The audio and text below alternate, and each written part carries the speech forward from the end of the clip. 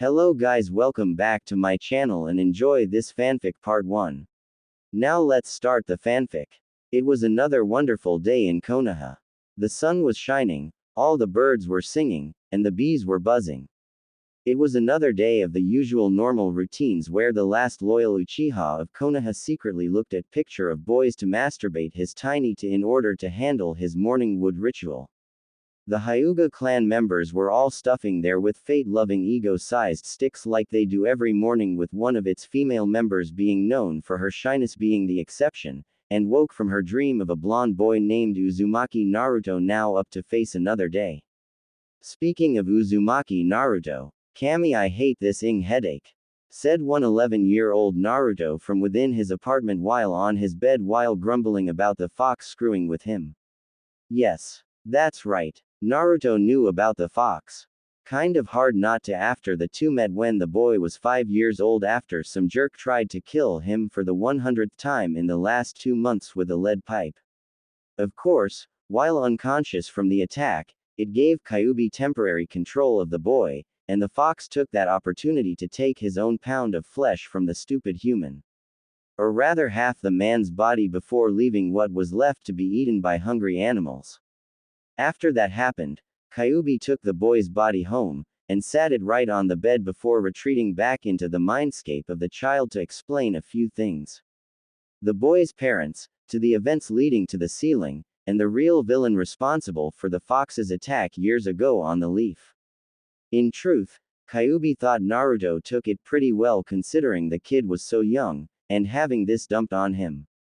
All Kyuubi had to pay was hearing the kid let out an angry pain-filled yell at the injustice done to him that caused his ears to bleed for over an hour. Since then, Naruto had been trained in secret by Kyuubi in a few things, and had taught the boy to keep it a secret just in case some people in Konoha learn of it. Not that what Kyuubi taught the boy was harmful, but rather a means to survive in Konoha, and not take so much of their shit. Kyuubi taught Naruto how to read, write, and math for when buying things at stores that Naruto sensed would treat him fairly.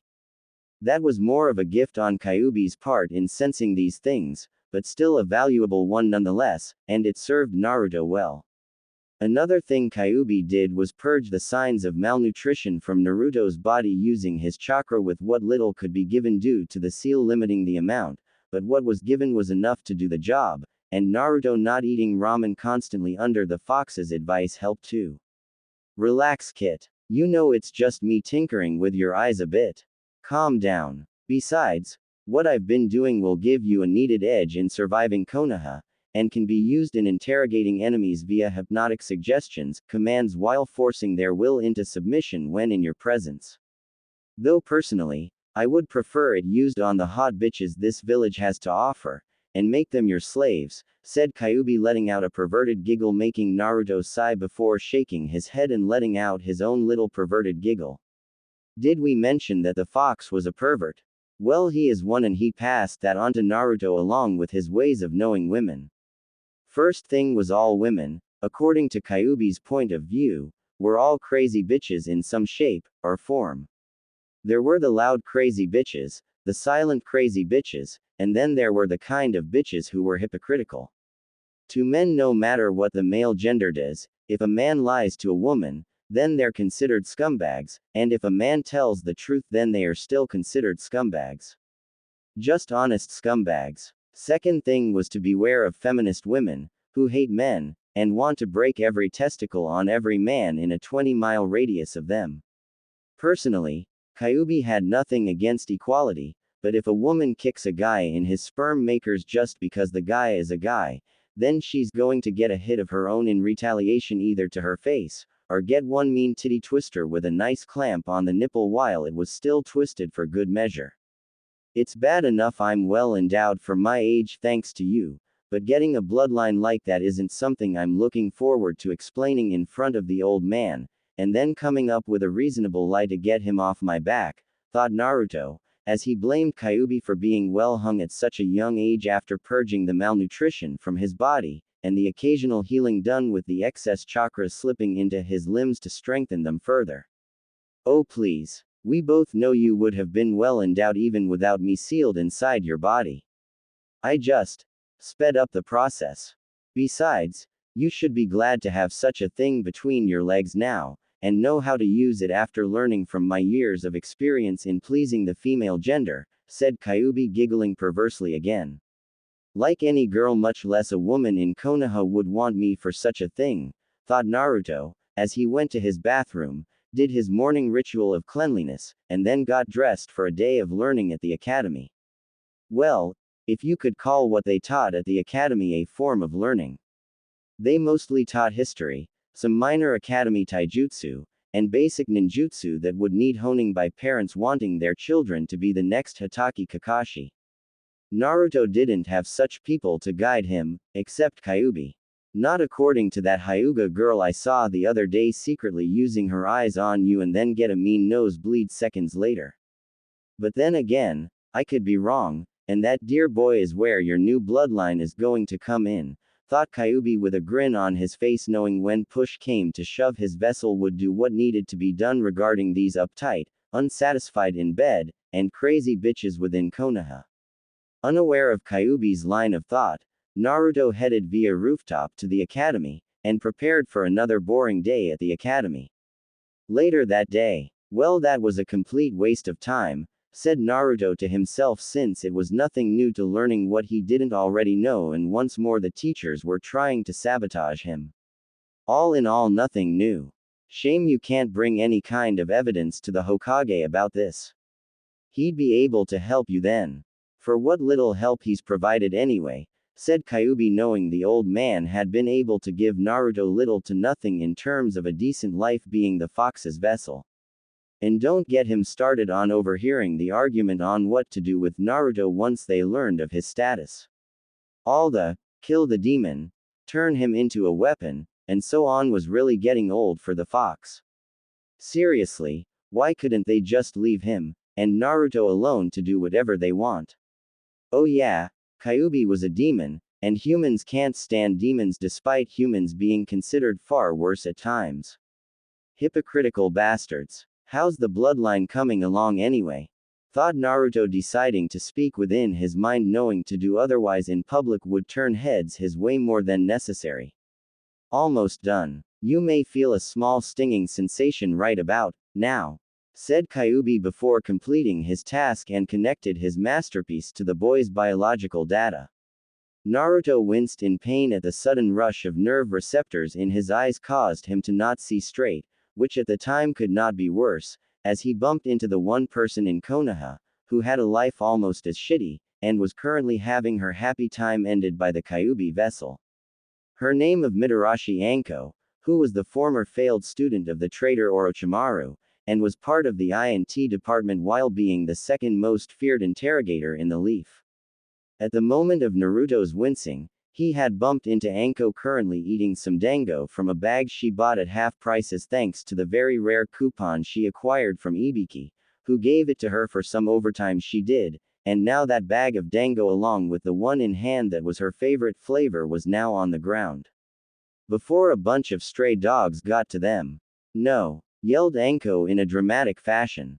Ow, what hit me? Damn it, Kyubi. The pain in my eyes won't let me see straight, said Naruto to himself before seeing Anko going from dramatically sad to angry psycho bitch in 2.5 seconds. Kit, you better run, said Kyubi, seeing that look promising pain. Why can't I use my bloodline you so painfully gave me? Thought Naruto, finding the pain lessening. Not yet. You need about 10 minutes before it can be triggered, and from the looks of things, this lady is not going to give you those 10 minutes, said Kyubi, now wishing he had waited until Naruto had gone to the safety of his home before doing this.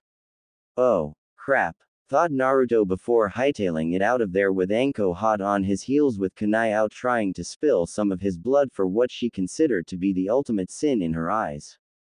Get back here, Gaki. I'm going to kick you so badly your future children will look deformed, and that is if I let you have children when I'm done with you, said Anko, as she was pissed off, and had it not been for her crazy state of mind she would actually be impressed the boy had done so well to dodge her kunai.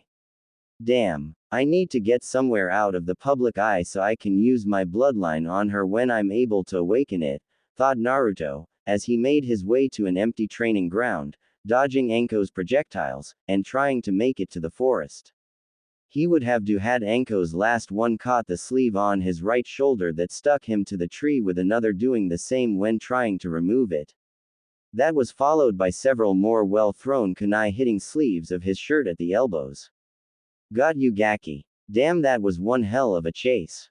Been a while since someone led me on one of these. Still, don't think because I'm impressed that I'm going to show you mercy when I humiliate you, and get my revenge for the loss of my precious Dango. Said Anko, grinning joyfully at getting her revenge. Kyuubi, what's the ETA to the bloodline kicking in? Thought Naruto, seeing Anko now approaching him. Less than a minute. Stall her, said Kyuubi, counting down the remaining time. Wait, stop. I didn't mean to bump into you on purpose. It was an accident. A sudden pain hit my eyes and I couldn't see clearly, said Naruto, seeing Anko look at him with a raised eyebrow. Really? You are going to expect me to believe that? Said Anko with her hands on her hips. What? You've never heard of bumping into someone being an accident? What possible reason could I have for doing it on purpose? None, said Naruto, seeing Anko think about it for a second. I suppose you have a valid point. Bumping into me is the last thing people do when I'm around and with Dango in my hands, said Anko, with Naruto letting out a sigh of relief at his words reaching her. That's good, thought Naruto before Anko's face became devious again. But that won't get you off the hook with me, kid, said Anko, seeing Naruto's disbelief in her words. What? Even though me spilling the Dango was accidental?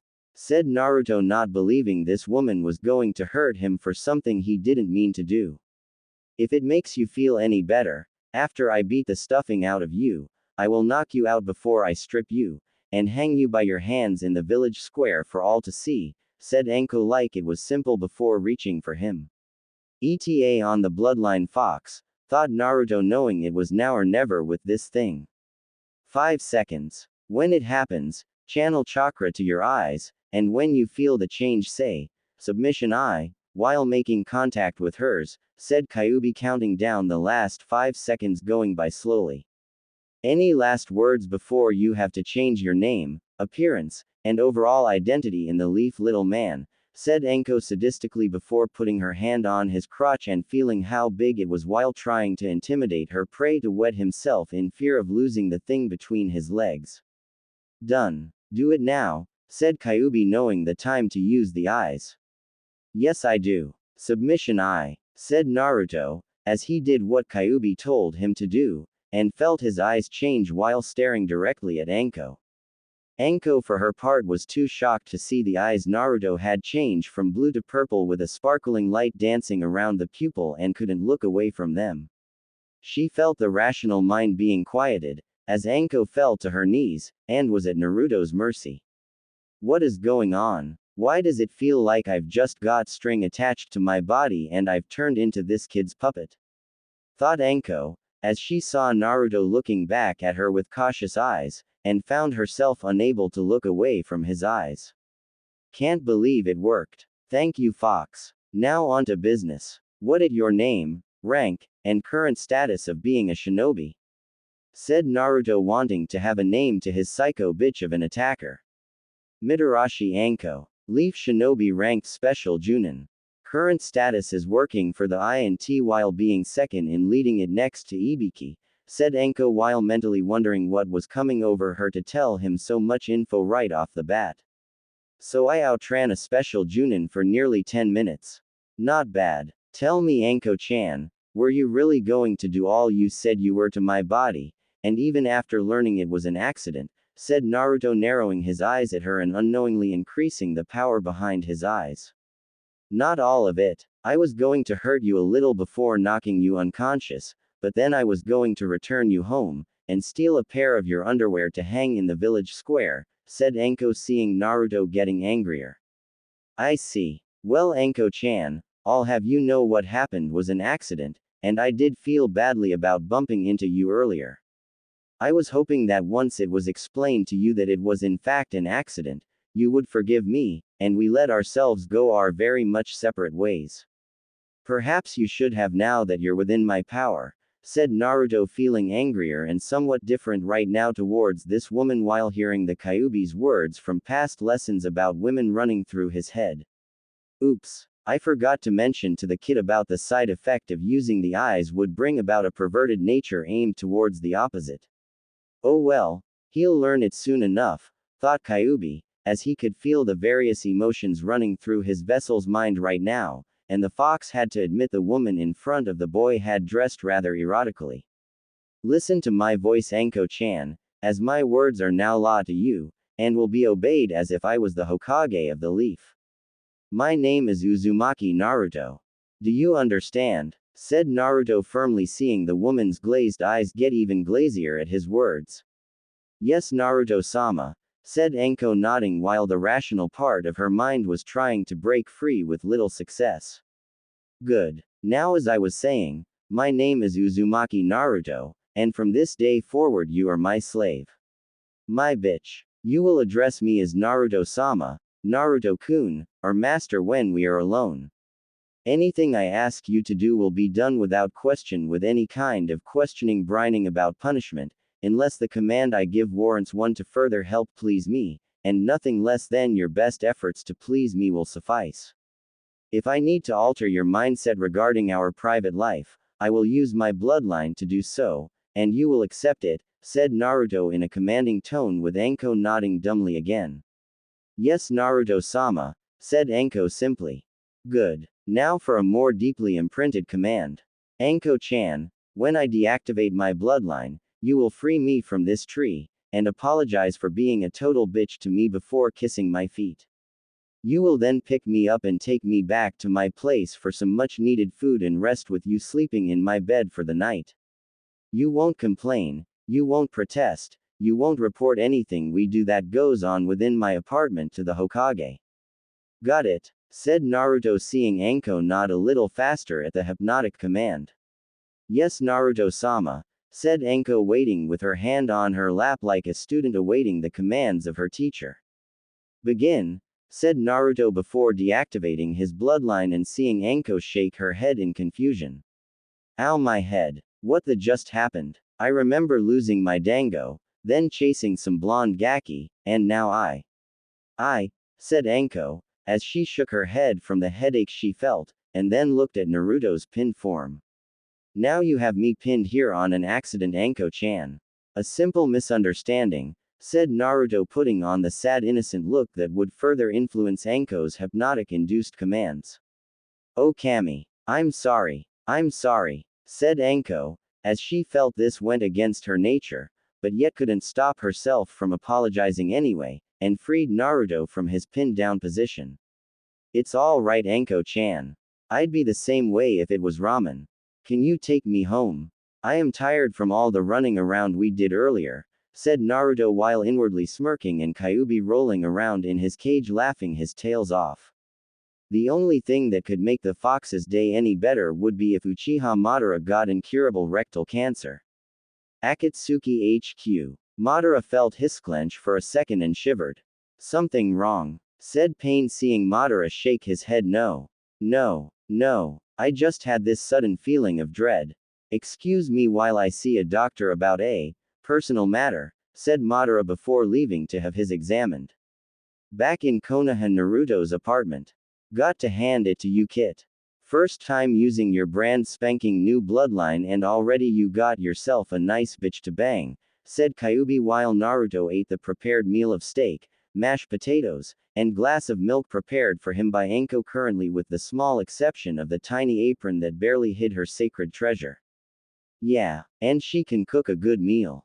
I think I'll keep her around, thought Naruto, as he turned to see Anko looking a bit nervous, and still possessing side of guilt for all of the chasing him around Konoha.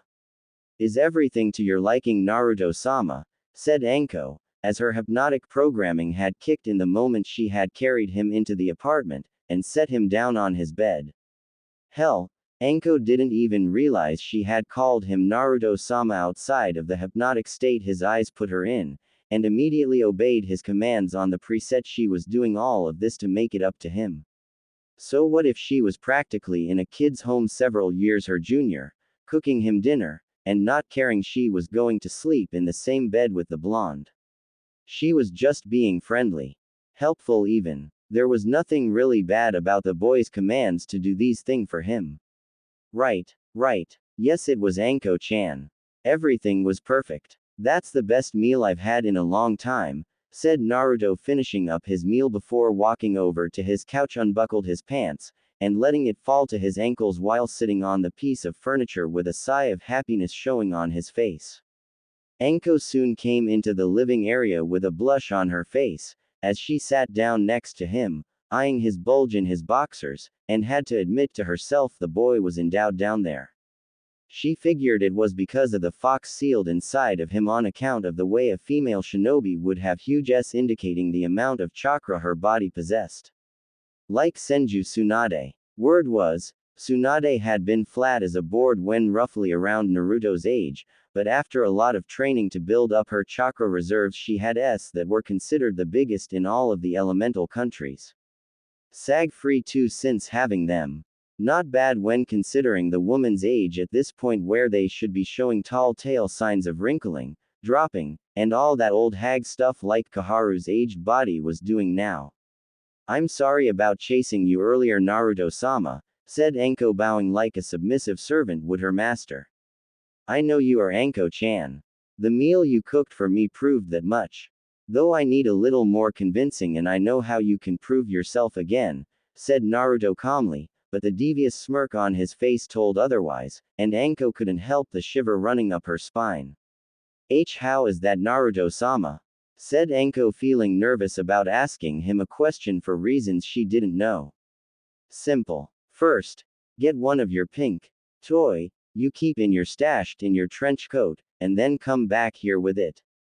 Now, said Naruto, clapping his hands twice like a sultan would command his servant, with Anko jumping off the couch quickly to get the item he wished for. Here it is, Naruto-sama. It's clean, I promise, said Anko moments later, with the vibrator toy she kept for those days when the itch needed to be scratched, using her own means. I'm sure it is. Now put it in that nice little gleaming with juice of yours, and don't hold back the moaning, since I basically live in this apartment complex all alone because I'm the Kyuubi's jailer. Cry out like the I know you are, said Naruto, seeing Anko doing as he commanded and putting the vibrator in her while letting out moans of pleasure like she had when doing it to herself. Done, Naruto-sama, said Anko calmly, despite the fact she had the vibrator within her body placed there at the boy's command.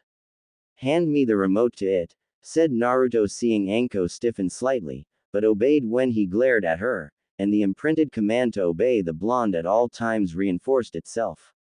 Yes, Naruto-sama. Sorry for the pause, Naruto-sama, it's just that I don't let anyone else to this, but me, said Anko, as she felt incredible pleasure shoot through her when Naruto cranked up the level near high right away, and she fell to her knees in front of the blonde. I know, Anko-chan, but still you hesitated, and I have to punish you for that hesitation since you're supposed to trust me, remember? Said Naruto, giving her that commanding look her hypnotic state saw, and according to Kyuubi in his head would help make her submissive to his commands.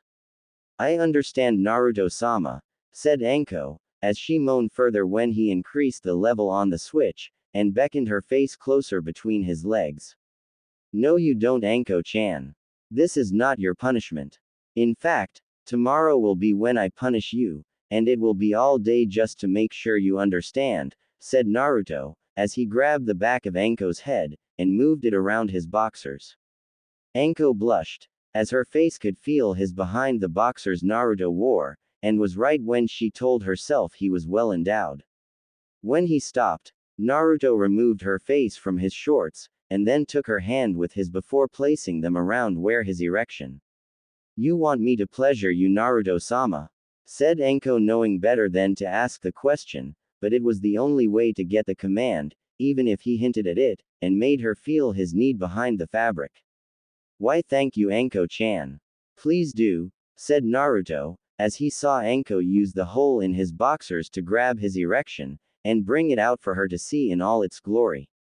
It's very big for your age, Naruto-sama, said Anko, as she couldn't help but feel excited about doing this, and wondered why that was the case.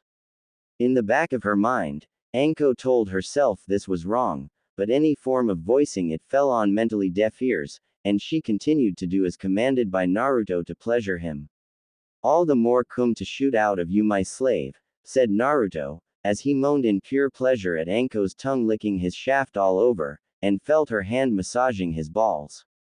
Anko for her part didn't care what he called her, as she was doing what he commanded, and had experience from doing missions requiring the use of to get close to an enemy in order to assassinate them. Of course, such deep cover missions were very rare, and the shinobi chosen were a handful while being selected for their status of being single. Even then, the Hokage had to inquire to if the shinobi going on such a mission was going to get married, or in a relationship with the opposite. So when Anko began to give Naruto the best blowjob he could ever ask for, the special Junin had no problem using the experience from the class that taught this at the time in the academy, and on missions to get him off. Her slurping, ing, and moaning mixed with his own echoed throughout the room, with Naruto loving every second of her work. Oh yeah, Kit. She's a real keeper. Though if I remember correctly about your village laws, you're going to have to keep this a secret from the Hokage until you graduate, and your current grades won't make that happen. You'll have to try for next year, and you need a teacher who won't screw you over, and do the job right to make that even happen, said Kyuubi, knowing that Naruto was only half listening. Though considering what the boy was feeling right now, half listening was better than not listening, and the fox could always tell him this later. Yeah, definitely later. Anko-chan, I'm going to come. Drink it all down or else, said Naruto before holding her head in place and came into Anko's mouth, with the woman drinking it all down, though with some difficulty due to never receiving so much from anyone prior to now. I mean, what kid Naruto's age can release so much sperm? Oh yeah, someone like Naruto could, and just did all down Anko's mouth into her throat. Obeying him, Anko did before he released the back of her skull, and felt some leftover cum shoot out of his onto her face before she quickly licked it up in the belief that the last shot he hit her face with counted. Seeing Naruto smile in approval, her guess was correct before she quickly cleaned him off, and put his back in his boxers before removing his pants from his ankles. Shall I carry you to bed now, Naruto-sama? You have a busy day ahead of you and a growing boy needs his rests, said Anko, seeing Naruto shake his head no. Not yet. Sit next to me and relax, said Naruto, as he saw her obey, and rest her head on his shoulders while one of his hands played with one of hers.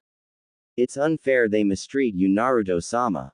They did the same to me when I was younger and still do now on occasion, said Anko, moaning slightly under his touch while holding him, and was surprised to feel a potent amount of muscle on his body. She actually expected him to be malnourished given his current hated-filled status within Konoha. I know, Anko-chan, which is why I have a proposition for you, and would benefit us in keeping things we do here a continued secret, said Naruto while pinching her nipple and giving it a hard quick twist that made Anko's breathing hitch suddenly. And what is that, Naruto-sama? Said Anko, as she felt the vibrator go up another level, and moaned more while feeling an orgasm approaching. Simple. I'm in need of a teacher, who will help me with my shinobi training, and push myself to the front of the class academically. You help me with this and I will use my abilities in the distant future to help get your revenge on the one who hurt you years ago, said Naruto, as he saw the curse seal on her shoulder, and heard Kyuubi tell him that foul thing would need to be purged from her body. His name is Orochimaru. He's one of the Sannin, said Anko, feeling Naruto's anger grow and being aimed at her bastard pedophile of a former teacher. Rice Country. Orochimaru sneezed, thinking someone was talking about him before Kabuto came in with the daily report. Anything else, Orochimaru-sama? Said Kabuto. Yes. Time to play the submissive slave and ruthless master again with my Kusanagi, said Orochimaru, grinning at the now pale-faced Kabuto. How else was Kabuto expected to keep his fast healing rate up? By training like shinobi should. Not on Orochimaru's watch. Back in Konoha. So that means you're going to help me train, right, Anko-chan? said Naruto, seeing Anko nod while sweating slightly at the pleasurable sensation running through her body.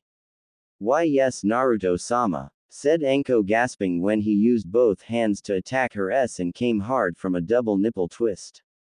Good girl. Now, I'm going to get ready for bed, and while I'm doing that you can clean this up before meeting me in bed. I want to use those lovely of yours as pillows, said Naruto, kissing her cheek before getting off the chair and turning off the vibrator. Do I keep my toy in tonight too? Said Anko, seeing Naruto pause for a second. Nah, clean the toy too and put it away, said Naruto, seeing Anko nod before heading to the bathroom while the woman herself slumped back exhausted. Please Kami, don't let him be grabby when sleeping, thought Anko before setting out to do her assigned task. High above in heaven. No dice, Anko-chan. Don't worry though, since he'll be a gentle grabber, said Kami, as she watched the boy, and wished she could help him further. But no, she had to follow her own damn laws, and her sister Yami was having that time of the century, so there was no point getting in an argument that could bring about the apocalypse. Still, it didn't mean she could help him along in some other way, and decided to make those around Naruto suffer like they tried to do to him. Looking down at the leaf, Kami smiled deviously at a sleeping Hatake Kakashi, who had neglected his duties to Naruto, and with a wave of her hand turned the book he had been reading earlier into one where the men didn't sleep with hot women. They got violated by horny gay men. Snickering at her handiwork in changing all of the man's books into such nasty things, Kami looked at one Hyuga Hinata, and seeing the naughty dreams the girl was having about the young blonde Uzumaki. Kami was surprised at first, but then again the girl had matured rather quickly for her age, which was the nature of the Hyuga clan she was in, and raised to be more mature in order to get stronger. Tweaking the dream slightly, Kami saw Hinata's face turning a shade darker than usual, and smiled knowing the girl was going to need new sheets tomorrow. Perhaps it was cruel, but if it kept the girl on the course to being with Naruto no matter what, then all the more naughty dreams to Hinata, and nothing less until the time was right for the two to get together. After that, Kami focused on a few more people in Konoha, smiling mischievously at the village, and decided to exercise her one cosmic right to do things in a pranking fashion. It had been a while since she had, and Kami wasn't about to stop until she got it all out of her system.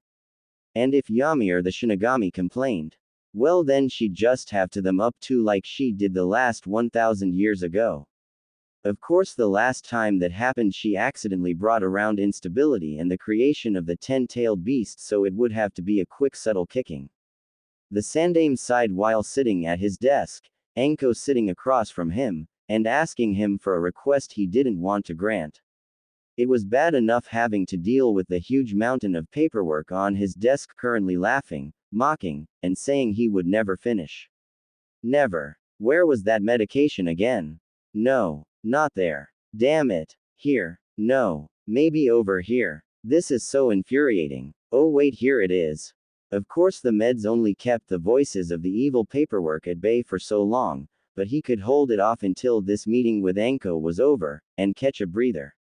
It was bad enough with Kakashi screaming like a little girl earlier this morning and then coming into the room demanding a full-scale investigation into who had replaced all of his treasured Ika Ika paradise with horrible evil violating yaoi porn Orochimaru would love to have. The very picturing of what was contained in such evil books existing sent chills up his spine, but all the Sandame could do was tell Kakashi to burn the books, and buy new ones suited to his preferences. But that was then. This was now, and Anko's trench coat was barely holding back the sight of her S. No, damn it. Focus. Focus on the meeting and not her chest. You want me to grant you adoption and training privileges to Naruto? Did I hear you correctly? Said the Sandame, seeing Anko nod while fidgeting her hips every couple of seconds, and it was becoming a bit distracting. Why couldn't he be a young stud again? No, Hiruzen. Focus. Focus. Your wife's ghost is watching you. Or did he need to up the medication again? Or was it a side effect of the medication? Screw it. He'll talk to his doctor later. Yeah, the Gaki bumped into me yesterday when I had Dango in my arms and lost it after we collided. Chased the kid all over for nearly 10 minutes before catching him.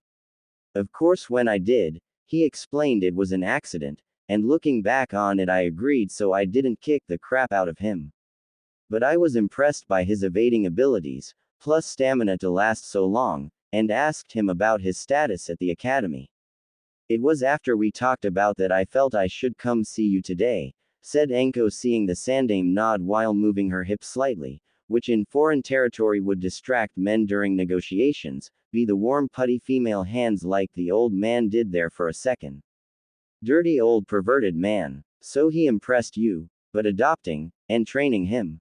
The boy may graduate this year or next depending how things go now.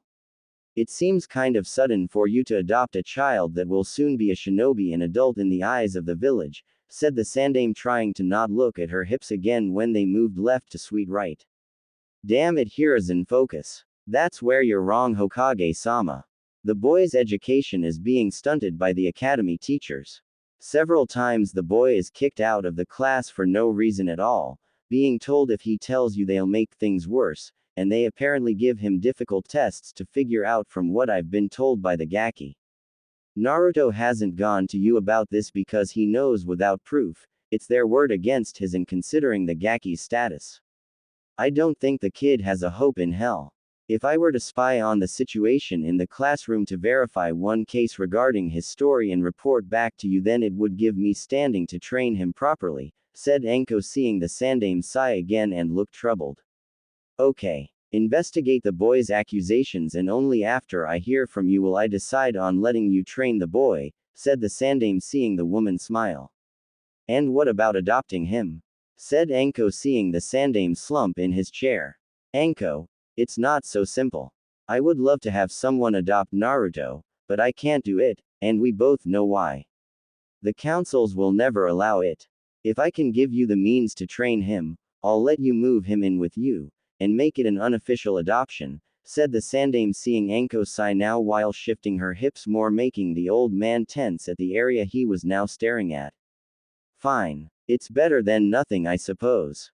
But we both know the Sandame Hokage in his prime would have those two councils wrapped around his finger and not the other way around, said Enko, getting up from her chair and leaving the room with the Hokage letting out a tired sigh of relief. Thank Kami she left. Good thing I held firm in front of my wife's ghost. Now to deal with you evil paperwork. I've survived countless battles in the shinobi wars, and I will survive you too, said the Sandame before letting out an evil genius laugh while his Anbu guards guarding the door's sweat dropped while wondering if the old man had finally lost it. Chances are, given his age, he most likely was. Konoha Shinobi Academy. And you're kicking me out, why exactly? Said Naruto, seeing the prick of a teach push him out. Because I said so. I'm the teacher. Teachers make the rules. And one of my rules is no demons allowed in my classroom, said the academy teacher before shutting the door. Asshole, said Naruto, but in truth he didn't care, since what the guy was teaching was something the blonde knew, and didn't need this jerk trying to mess him up. Quite the mouth on you, Gaki, said Enko, having seen that little talk between the two. You're one to talk, Enko-chan, said Naruto, seeing the woman blush for a second and once more fidget with the certain item he had put between her legs earlier that morning to be her punishment in having it on with every step, spiking pleasure every so often. Yeah, well, you have that effect on people, and it's not necessarily a good thing at time, said Enko, as she played off what he meant to be something else, and not what it was. So did your business with the Hokage get settled? Said Naruto, not giving anything away of their secret relationship. Approved one after seeing proof, but I got shot down with the other, and we both know why, said Enko, seeing Naruto frown at that, and she couldn't blame the kid. Well, I got some free time until the next class. Want to hang out? Said Naruto, pointing with his thumb to the class he just got kicked out of. Sure, but I think it's only fair the rest of that class gets out early too. Give me a few minutes, said Enko, walking into the classroom, and after shutting the door there were screams from those inside along with that of someone getting the crap kicked out of them. When the door opened next, Enko came out cheery with a smile on her face before she announced that class was dismissed, as the kids ran out mixed with terror, and happiness over what just happened going through their heads. They had no idea someone's arms and legs could be bent such a way. Nice. So, should we just leave him there or call for medical assistance? Said Naruto, seeing Anko's handiwork before she shut the door. Leave him. Besides, I'm pretty sure the kids from the class will let someone know since they can't keep their mouths shut, said Anko, smirking at Naruto with the two walking off to get something to eat. Sure enough, the kids from the class told a teacher what happened, who then told some medic nins, and then the medic nins then took the disabled teacher to the hospital. Like the students in the class, who witnessed the events, the medic nins, and the doctors at the hospital had no idea someone's limbs could be twisted in such a fashion. Still, it gave Anko and Naruto a chance to have a meeting with the Hokage about what led up to the events of the instructor's early retirement. So Naruto's accusations have foundation to them, said the Sandaime in a matter-of-fact tone. I'd say they do. And if there is one instructor already screwing the kids' education over, then there is a good chance there are more, and they're doing it under your nose since you are kind of stuck doing paperwork, said Anko, seeing the Sandaime eye the dreaded stack of papers and then the brief glare at the pile like it was talking to him. You will never defeat us. We'll get bigger and bigger. Your pitiful predecessors and late successor could not best us, and neither will you. You will never win, said the imaginary voice of the paperwork to the Sandaime. Ignore its voice. It wants you to speak out loud against it so people will think you're crazy. You're not. You are sane, you are wise, and you don't need adult diapers since you have complete control over such things. Thought the Sandaime to himself. So what are you going to do about this, old man? Said Naruto, bringing the Sandaime's line of thought away from the brink of temporary insanity. Well, given the situation, Naruto, I think Anko's right about your education being stunted by the academy instructors, and since they are doing it in a way that covers up their vile actions, it makes any proof of such sabotage difficult to prove. However, I think we can come to an alternative arrangement that will benefit us all, and allow you to graduate next year since the damage done is too extensive right now, said the Sandaime, seeing Anko's, "You're damn right," look, which made him feel all the more guiltier, and knew the kid was in need of something in terms of education. What kind of arrangement? Said Naruto, playing the suspicious yet eager, childlike look on his face. Anko here will train you in the shinobi arts and help you learn what you need in order to graduate next year, said the Sandaime, seeing Naruto's surprise before the boy jumped around with joy. That's awesome. Wait, won't people be a little upset?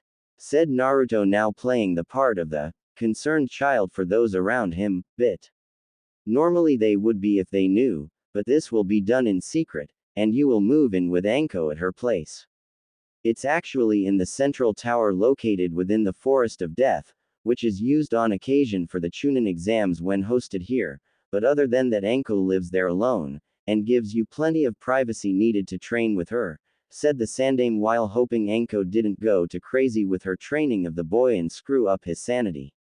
Then I accept, said Naruto, shaking Anko's hand with the woman smirking to put on a show for the Sandaime that she was going to make the boy's training ruthless. While inside she was mentally whimpering at everything that would be really going on in the privacy of her, or rather their home. Very well. I just hope you can handle Anko's training regimen, Naruto. She's a lot like you in terms of being full of energy and making people lose their sanity, said the third Hokage, seeing Naruto grin happily while dreading for the boy's mental state. You know me, old man. I live dangerously, said Naruto, seeing the Hokage chuckle a bit before dismissing them both. You have no idea, Naruto. You have no idea. Now, to take care of you once, and for all, said the Sandaime before going back to his paperwork and its mocking of him in never defeating it. Forest of Death, the Central Tower. Here it is. My home away from Konoha. Free of the bigots, idiots, and perverts that piss me off to no end. Said Anko, showing Naruto around with her hands in the air and a smile on her face. Not bad. It's a palace here compared to my apartment. And no one else comes here. Ever. Said Naruto, taking something out of his pocket while staring at Anko in front of him. Nope. Everyone knows this is my home. Well, technically now it's ours. Yep. It's just you and me, said Anko, as she felt the vibrator in her increase, and the sudden jolt of pleasure sent her to the ground on her knees. Good. Now carry me upstairs to the bedroom where you sleep, said Naruto, as he saw Anko trying to hold back the pleasurable sensation running through her and pick the boy up. Why yes and Naruto Sam AAA, said Anko, as she felt the level on the vibrator go up again thanks to Naruto, and the boy had begun groping her just for the fun of it. Slow steps now Anko-chan. Wouldn't want you to trip and drop me, said Naruto with a cheeky grin on his face, and it made Anko fight the urge to just drop him down the flight of steps. She would have too had it not been for the hypnotic programming Naruto had embedded into her mind. Why yes Naruto Sama, said Anko, as she took slowly, delicate, and tortuous steps up to the high level of the tower where her bedroom was located. If the blonde Gaki ever needed references to get into the INT department when he became a shinobi, Anko was sure Naruto got one hell of a reference on his resume, and lots of positive remarks. Yep, positive remarks with lipstick kisses if she had to, and if she was head of the INT department when applying. Hell, she'd give him the position, and let the blonde go nuts with the place. You are one cruel perverted kid, you know that right? Said Kyuubi, as he realized this bloodline he'd given Naruto was having a profound, and perverse effect on the boy. I had a good teacher Fox. A good perverted teacher, thought Naruto while the fox started to cry. I'm so proud of you. I think I feel a tears coming to my eyes, said the Kyuubi before using one of his tails to make sure and saw that he was. By the time Anko had gotten to the high levels, she was about ready climax right then, and there at the pleasure Naruto had been hitting her with. It was almost unbearable, as she needed to hurry before she came, and collapsed with him in her arms. Acting quickly, Anko kicked down the door to her bedroom, and put Naruto the queen-size bed before he twisted her nipple hard, causing the powerful orgasm that made her once again fall to her knees. Very impressive Anko-chan. I think this whole training together in secret will indeed be mutually beneficial, said Naruto grinning perversely at Anko breathing heavily with her face on the edge of the bed. Yes master, said Anko, as she felt Naruto gently picking up her head, and kissing her forehead before petting it. Who is my favorite girl? Said Naruto seeing Anko's eyes glaze for a second. I am master, said Anko, as she felt her mind become foggy, and suppressed even while the rational side screaming at her to pound this perverted fox child into the next millennia as a eunuch. Smart girl. I knew I chose wisely for using my bloodline on you, the first of several. Said Naruto, as he saw Anko look at him now curiously, and the surprise on her face told she didn't expect others to be turned like she was. Of course. I need to, or else people will catch on. Don't worry. I won't turn you away once I have others on my side.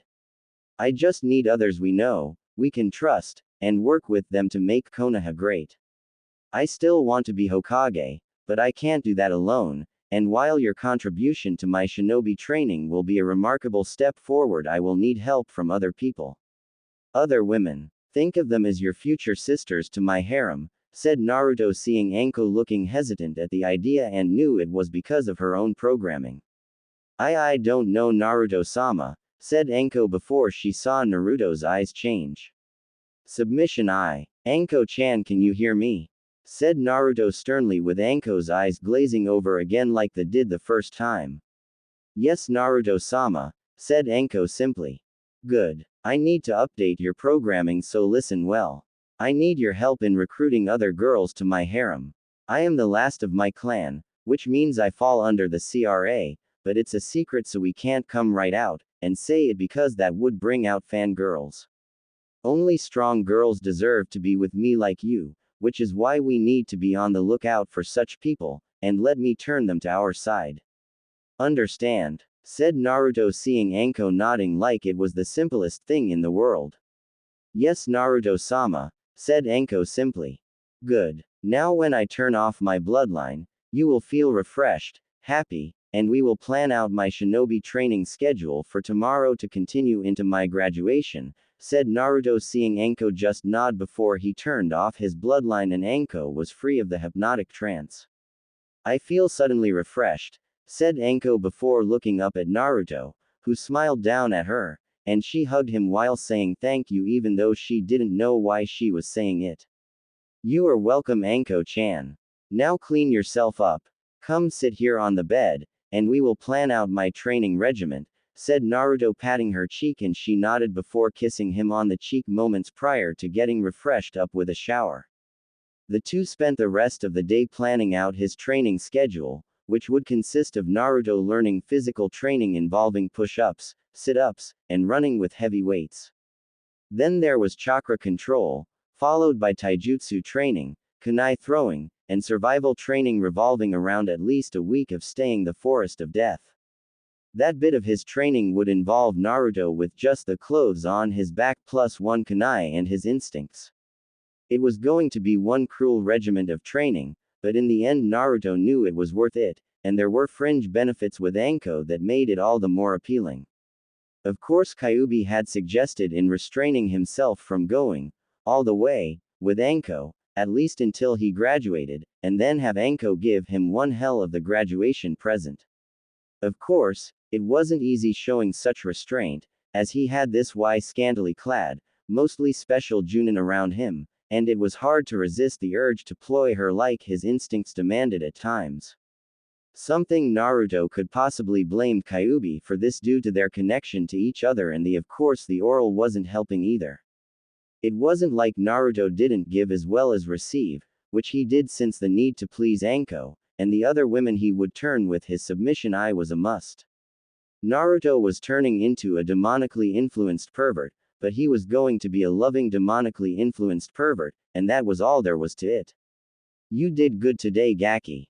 Let's go into Konoha to celebrate, said Anko, as they headed into the Leaf, and stopped at Naruto's favorite ramen stand.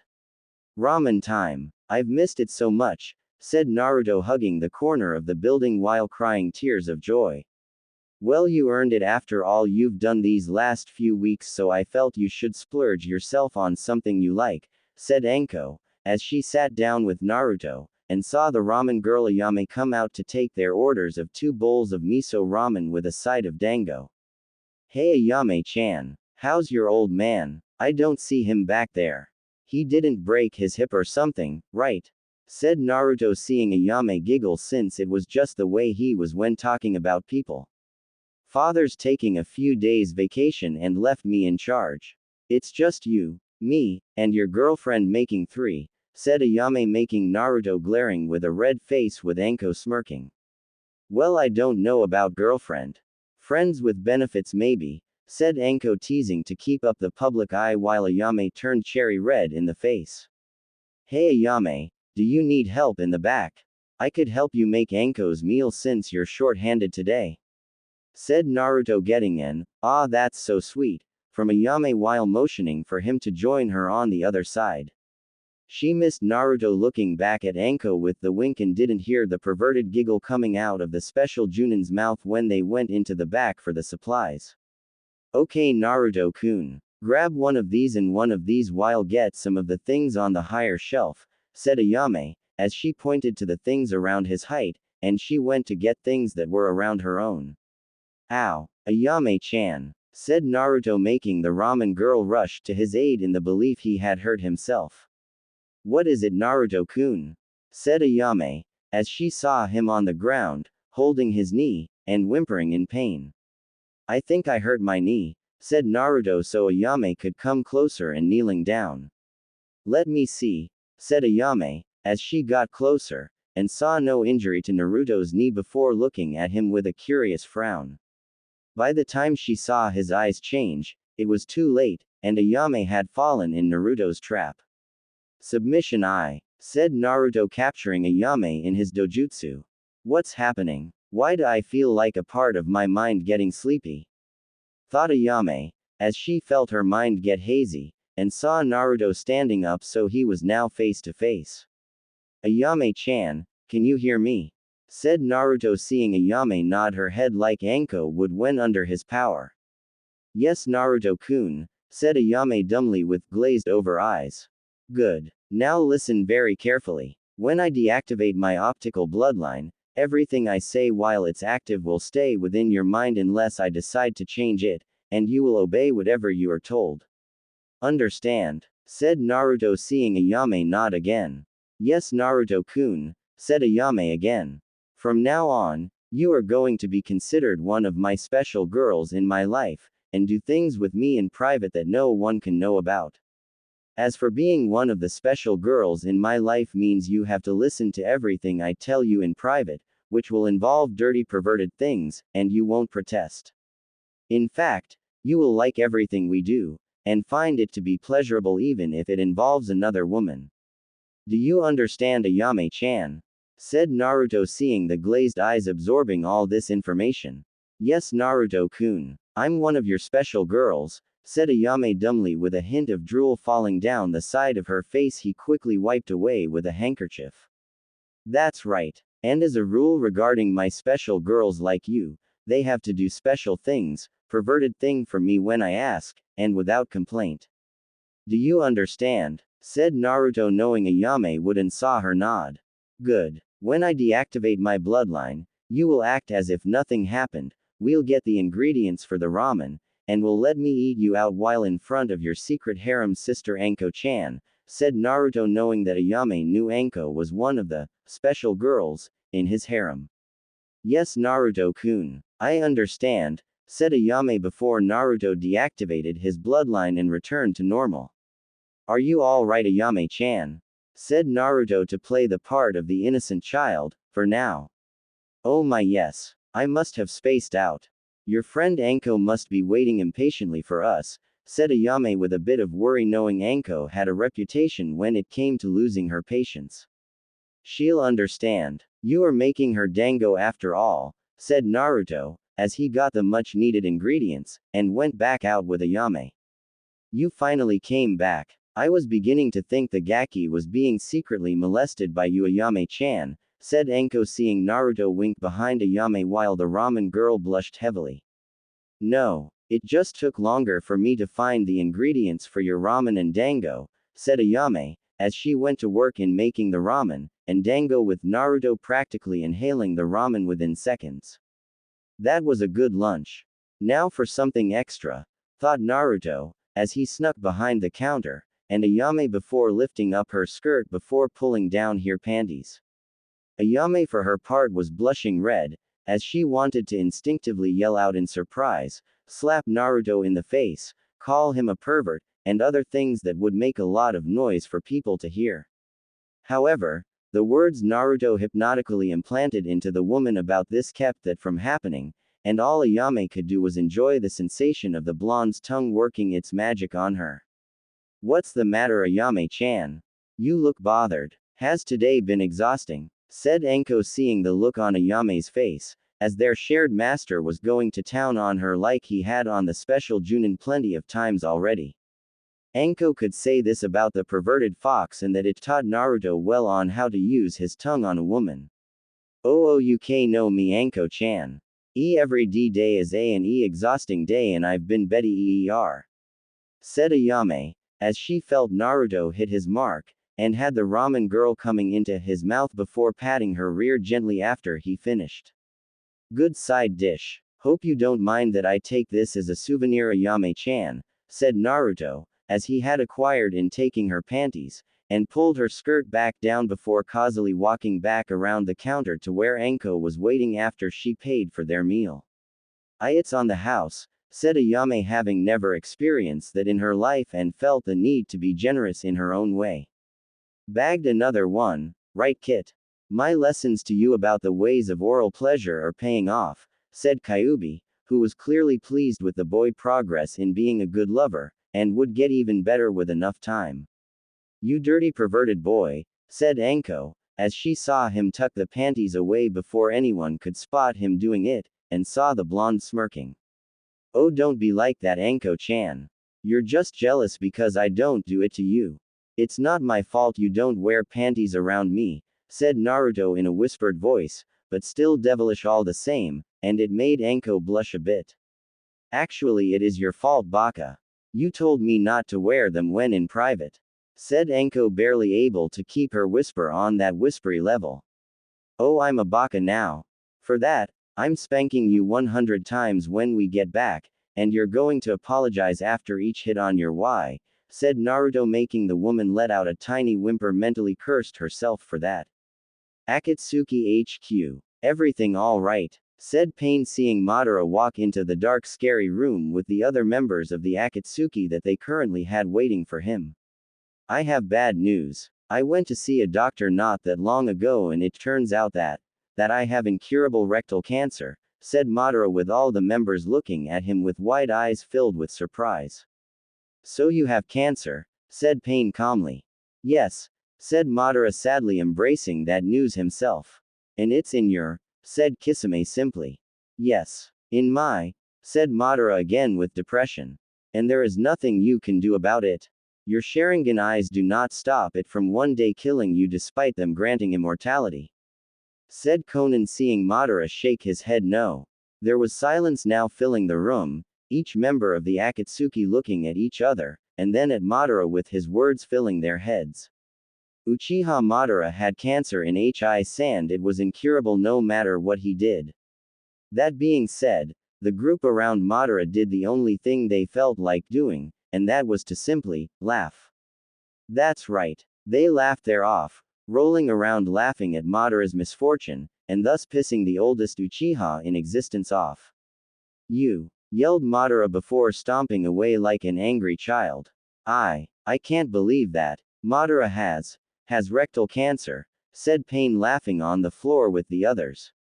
Yeah, that really is, but it's really funny all the same, and I can't help wonder if it's genetic, said Kisame, with Itachi freezing in the middle of his laughter at the sheer horror of the situation that could be the case, and wished to get tested. Hopefully, with Itachi's luck, it will have skipped his generation, but if it did, then there was only one other Uchiha that could be hit by this. Back in Konoha, Sasuke of a suddenly tightened to a level of tightness that even he didn't think was possible, and wondered if this was a bad sign of sorts regarding his, was it fangirls? Or was it something else? A dark premonition about Itachi perhaps? Sasuke didn't know, but it was bad for him, and if the feeling around it was any indication. Hearing the fangirl squeals of his name, Sasuke sighed at the long-time ritual of dodging fangirls, and keeping himself being molested one day at a time. All the while, the Uchiha wondered why there weren't any boys around his age willing to experiment and swing his way. Maybe that Neji kid a year ahead of him. He's always being broody and whatnot. Perhaps they could experiment together and could help finally end the rivalry between the two clans. With Naruto, if one were to suddenly barge in on bedroom Naruto was in at the central tower located within the Forest of Death, they would see him on the bed, then Anko on his lap, hair in the air, and the blonde spanking it with his hand. Repeatedly, Anko crying out with each slap, apologizing for calling him a baka, and basically cementing his claim to being her master to the end of time. Again, a strange sight to see if you were to barge in on them if you didn't know about their relationship in being together. 98, 99, and finally, 100. With one extra for good measure, said Naruto, giving Anko her last spank to Harem, was aware of something about halfway through the spanking of the woman's rear. She had gotten wet. Anko got off on being spanked and her juices were leaking onto his boxers right at the moment. Thank you for punishing me, master. I deserved it, said Anko, with her face currently matching the shade of red her was now from embarrassment. Good to hear, Anko-chan, but your juice is leaking over my boxers, and it needs to be cleaned. Lick it clean after I move to lie back against the pillows, said Naruto, moving to sit in the middle of the large bed with the stain Anko had placed there from his actions moments ago being seeable to the special Junin's eyes. Yes, master, said Anko, as she crawled in between his legs, and began licking the spot where her cum had been, and looked up at Naruto, seeing the happy smile on his face. Of course, she also saw the slowly growing budge in his boxers, so seeing his smile only seemed to reinforce what Anko already knew. After you clean my boxers, I want a blowjob, and all the cum swallowed, said Naruto, feeling the wet traces of her tongue teasing his behind the boxers and making it stir like it had while eating a yame out. It took a while to make it go down given what he did, but Naruto had long since learned to keep his soldier from causing insubordination, and Kyuubi had basically healed any kind of discomfort his body would go through from not getting release. According to the fox, such healing was a countermeasure to any woman who captured him and tried to break him using the blue balling method of UAL torture. I still can't believe I'm doing this to him. Cammy only knows what will happen when he's legally an adult, thought Anko, as she finished her first task, and then pulled down the blonde's boxers down to his ankles to reveal his hardness, standing proud before her very eyes before proceeding with the second task of the evening. Oh yeah, I love how you do this, Anko-chan.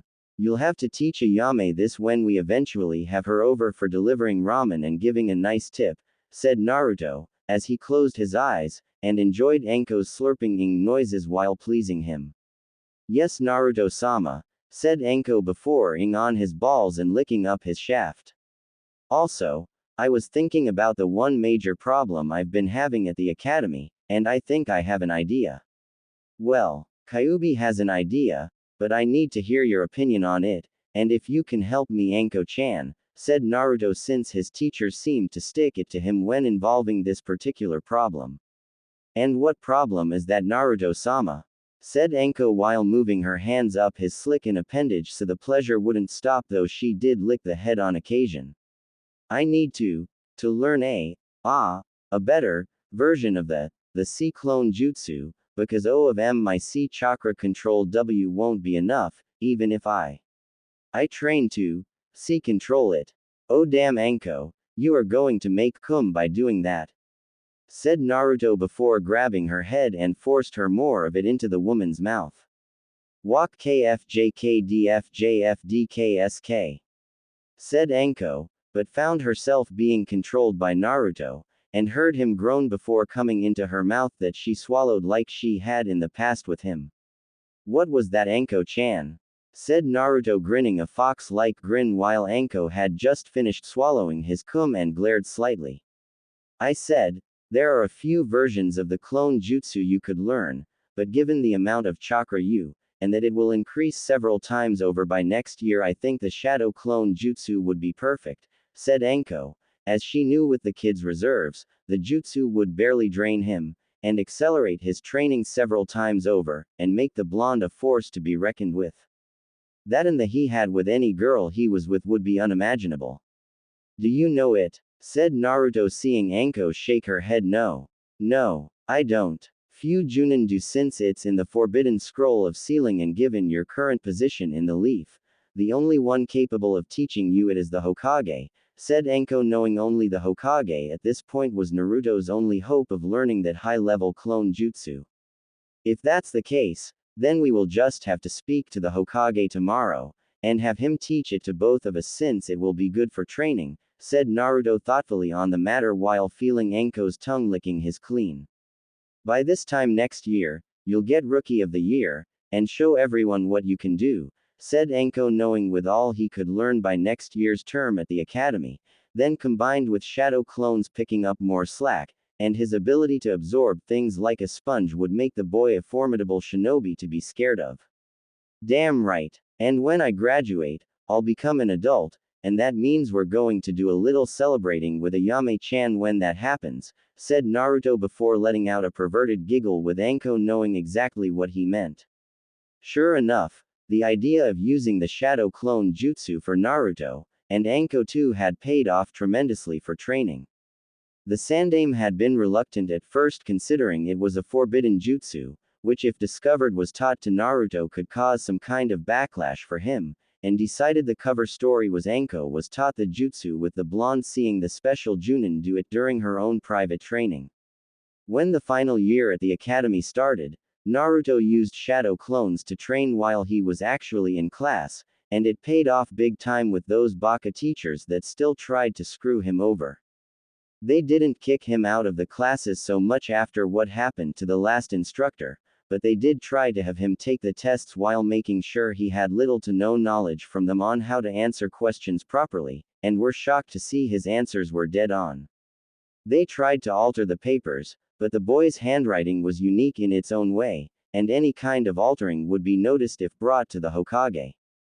While pretending to learn at the academy, Naruto decided to secretly watch his fellow classmates, knowing from Anko that one day he would be on a team with two of them, and would have to trust they would watch his back.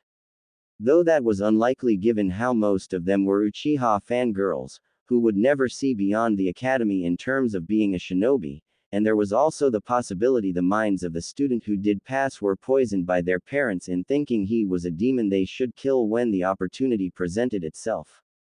Judging from who was in the class he was in, the various children, who would be heirs to their respectful clans, would pass, and they were a bit weird in Naruto's mind. Not far from the blonde was Nara Shikamaru, was lazy, who wasn't doing much except sleeping, which wasn't surprising since all Nara males were lazy, and were all at a very young age, whipped by the female half of the clan. All of whom were not Naras by blood, but rather married into the clan because they were the kind of women who liked weak-willed men, and liked to hit them with frying pans, while the Nara men seemed to like being hit. Maybe it was a fetish kind of thing. Naruto didn't know, and neither did the Kyuubi for that matter, since he had been sealed away for over a century. Though neither really cared at this point and moved on to the next kid in the class he'd have to possibly partner with. Akamichi Choji was eating chips under the table in secret due to his clan being big bone due to their ability to expand themselves and required they have a lot of mass to make it happen. Naruto had nothing against Choji at all, so if his parents didn't hate him for having Kyuubi and passing that hate down to him, then the two would get along just fine. Next was Haruno Sakura, who Kyuubi had referred to as Banshee screaming bitch with no rack to grope, and told Naruto to do his best in class so there was no chance in all of hell in being paired with her. Kyuubi wasn't even sure Sakura was a girl at all, as she hit too much like a guy when fighting other Uchiha fangirls, and wondered if she was in fact a he, just without either of the testicles somehow not descending. Next to Sakura was her former best friend turned rival for Uchiha Sasuke was Yamanaka Ino, who for one did look like a girl, but was a bit skinny for Naruto's taste. If he did turn her in the future, made sure she ate a lot more than she was now. With the right amount of eating, mixed with training in the shinobi arts, Naruto knew Ino would have a great body, and that thought made perverse thoughts dance in his head. A few rows back, Aburame Shino was silent except for the occasional buzzing from his insects his clan was known to have control over, and was currently doing the whole living statue routine like usual.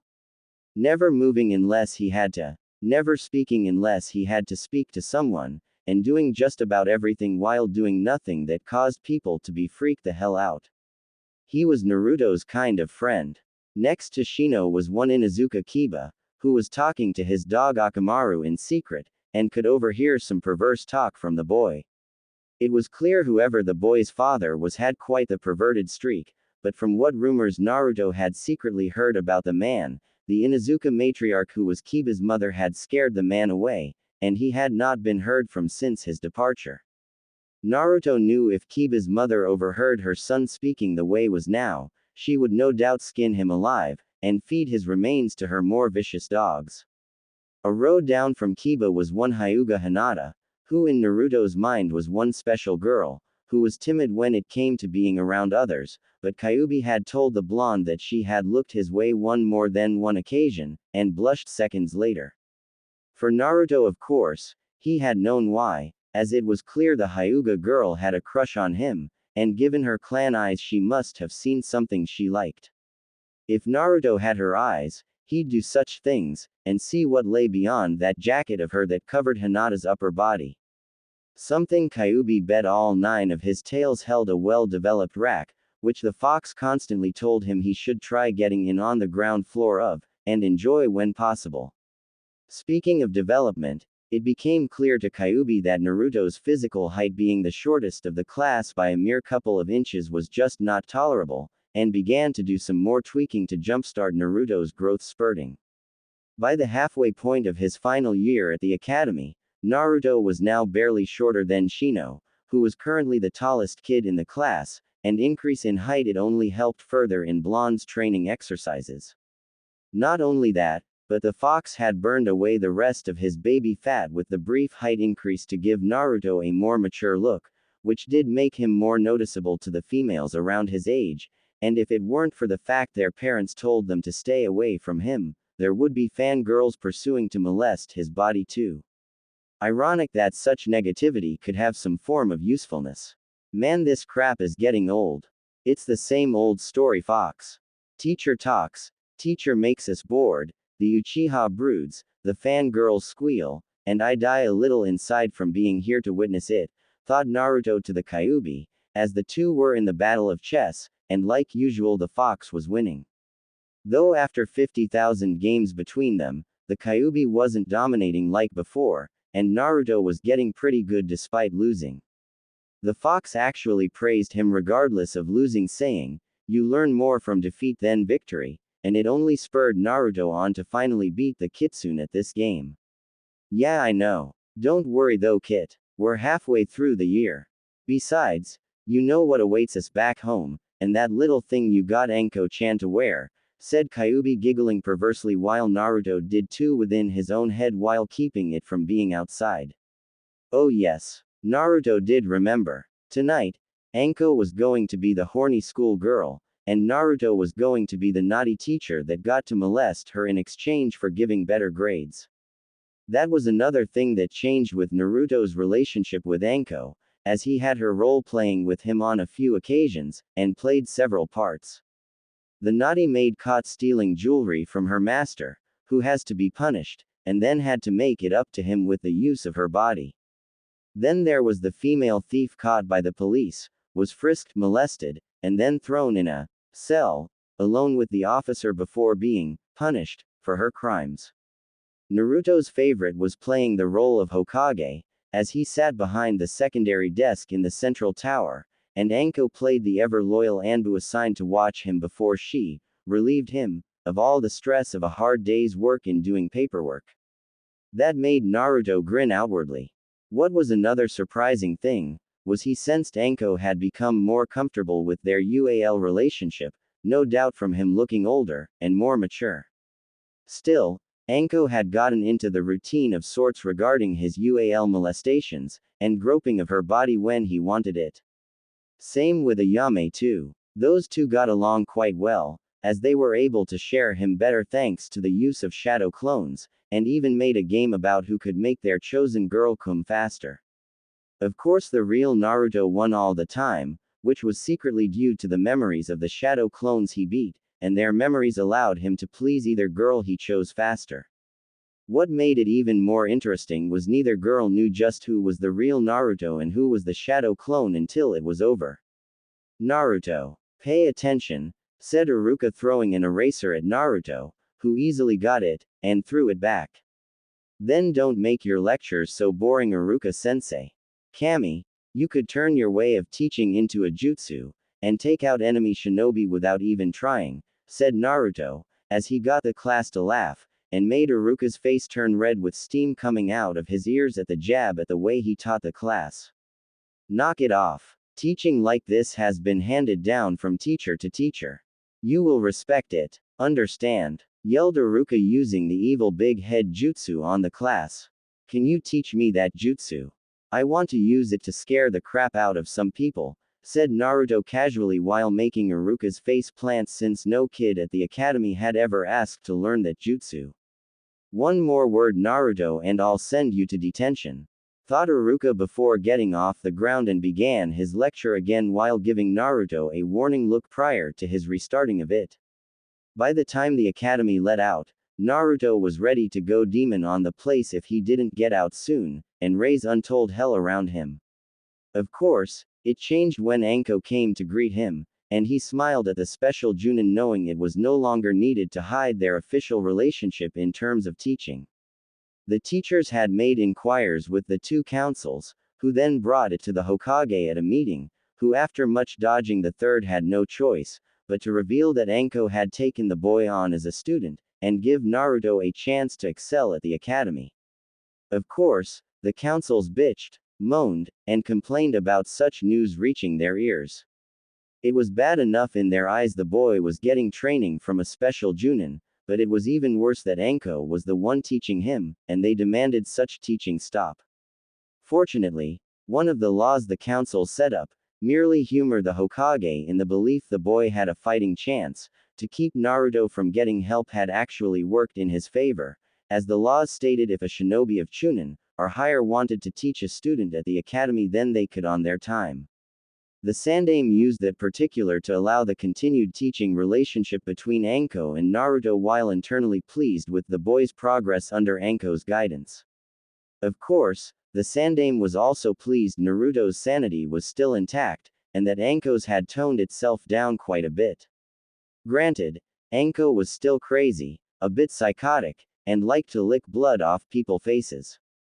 But now Anko would smile more in a way that wasn't fake, sheepish, or psychotic when it wasn't warranted.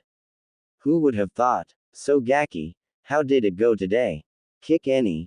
Said Anko smiling her crazy smile while Naruto just laughed. Literally. No. Figuratively. Hell yes. I've practically got the title of Rookie in the Year in the bag, said Naruto pumping fists with Anko, and the two walked along Konoha to have one of their more open conversations. Great. Because if you didn't, then I would have to kick you for wasting my time in training you, said Anko laughing slightly though she seemed worried about something from what Naruto saw. Something wrong, said Naruto seeing Anko shrug. Not really. It's just my friend Yuhi Kurenai is being well, bitchy lately, said Anko, as she knew Kurenai had been chosen in advance to have a genin team from this year's own graduating batch, and the genjutsu mistress was being really twitchy. I see. Is she being visited by her aunt? Said Naruto knowing what it meant, and Anko shook her head.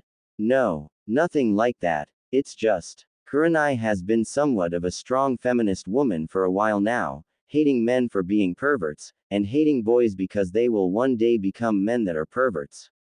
She actually wanted an all-female team, but given most of them are fangirls, it was most likely Kurenai will prefer taking on the standard 2 boys, and 1 girl genin team from those graduating this year, said Anko seeing Naruto nod his head in understanding. Could be tricky for me to graduate officially if I have her as my sensei, said Naruto knowing such a woman as his sensei would try to make his life miserable all because she hated people with a. True. Which is why I feel in the event that does happen you might have to convince her to see things in a different light, said Anko, as she didn't mind being Naruto's toy, but there was some hesitance in having her friend join the currently secret and exclusive club she was in with Ayame. I'll only do that unless it's absolutely necessary, Anko-chan. I'm not heartless. I'm secretly a pervert learning from a perverted demonic fox, but most definitely not heartless, and I do show restraint when needed, said Naruto grinning at Anko, who was appreciative of this, and knew her secret master was indeed merciful. What about that Hyuga girl? She's spying on you again. It's clear she has a thing for you. I bet she uses her eyes in a very naughty manner, said Anko, as she sensed the girl on a nearby rooftop watching them, and sensed jealousy for being so close towards the blonde. Naruto-kun looks so handsome. I just wish that Snake Bimbo would stay away from him. No doubt she's only talking to him in order to get into his pants for that wonderful thing that's there. Must resist abducting and raping Naruto-kun, thought Hinata, as she used her eyes to watch them, but focused mostly on Naruto, and accidentally pushed her vision too far so she saw through his clothing. She went flying back via nosebleed projection, and yet, no one knew. Strange. No doubt. She's not like the other girls in my class. Most are Uchiha fangirls, but not her, and I can sense she is strong for age.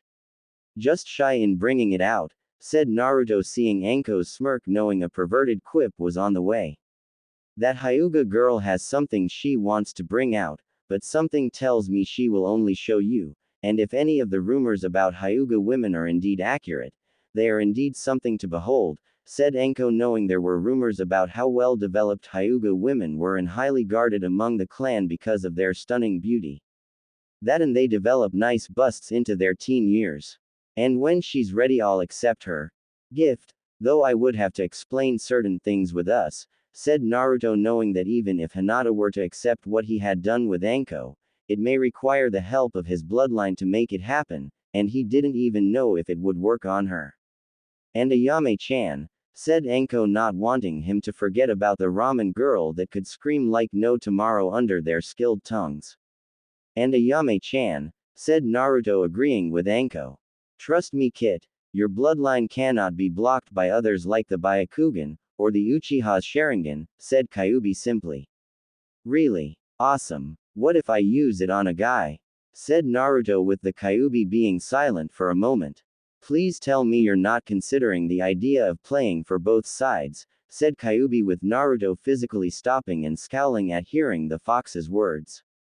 No, I like girls. I like their, and everything else that gives them their Y figure. Hell, I made the jutsu to give perverts nosebleeds, and had hot lesbian with Anko using it. Remember, thought Naruto, as he had used the time with seeing Anko and Ayame to perfect the jutsu. If that wasn't perverse, then Naruto didn't know what was. Oh, right. My bad. Wait, why do you want to know if you can use it on guys? Said Kyuubi, though as long it wasn't for gay activity like Sasuke he was okay with it. Because I may have to should I get caught and need a means to divert guys away from my pervert activities. I am not going to share my girls with these guys, who clearly don't know how to please women due to them being so angry and unsatisfied by their lack of passion. Look at the Cyclops guy. Reads porn when he could probably get some easily with his shinobi status, thought Naruto, seeing Kyuubi think for a minute and then nod in agreement. Point taken. In the old days I could have screwed any lady I wanted simply by telling them I was a demon lord with my 9 tails proving it. You know how many women have given themselves to me simply by knowing that title alone.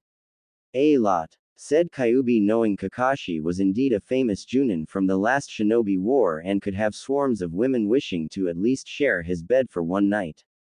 You didn't answer my question, thought Naruto, seeing the fox look sheepish.